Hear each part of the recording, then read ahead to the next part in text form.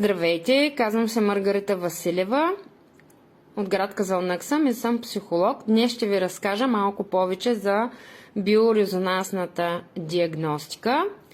Аз обичам да работя с нея, защото има доста предимства. Ето това е апарата, биорезонансната диагностика. Работи се и с слушалки, които се слагат на главата.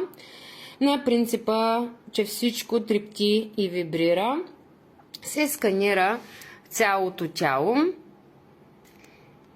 И най-ценното, което е за биорезонансната диагностика, че по заболяванията може да се разберат емоциите, които са предизвикали заболяванията.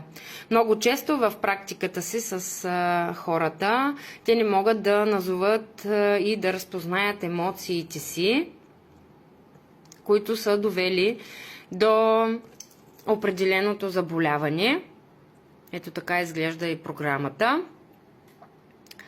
И всъщност този уред, този апарат ни помага в точно тази част, в която да започнем да говорим и да откриваме емоциите и чувствата на клиентите, които са довели до даденото заболяване.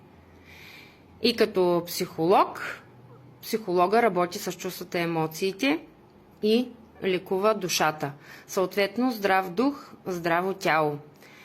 Има много други функции на биорезонансната диагностика. Може също така да покаже и с какви методи може да бъдат повлияни, като хомеопатия, фитотерапия, литотерапия, съответно подходяща храна,